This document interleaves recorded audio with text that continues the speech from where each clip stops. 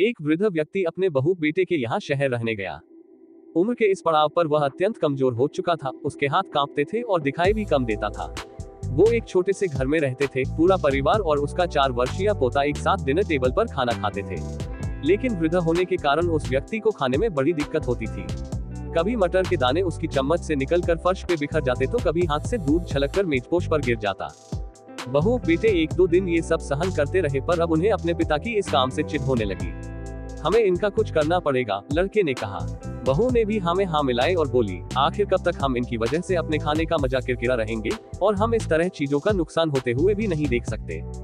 अगले दिन जब खाने का वक्त हुआ तो बेटे ने एक पुरानी मेज को कमरे के कोने में लगा दिया।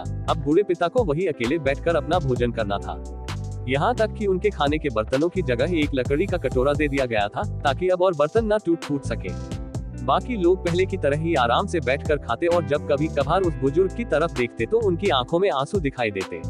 ये देखकर भी बहू बेटे का मन नहीं पिघलता, वो उनकी छोटी से छोटी गलती पर ढेरों बातें सुना देते।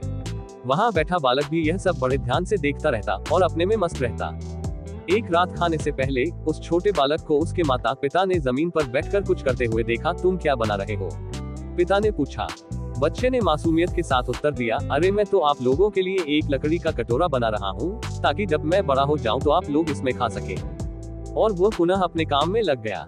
पर इस बात का उसके माता पिता पर बहुत गहरा असर हुआ। उनके मुंह से एक भी शब्द नहीं निकला और आंखों से आंसू बहने लगे।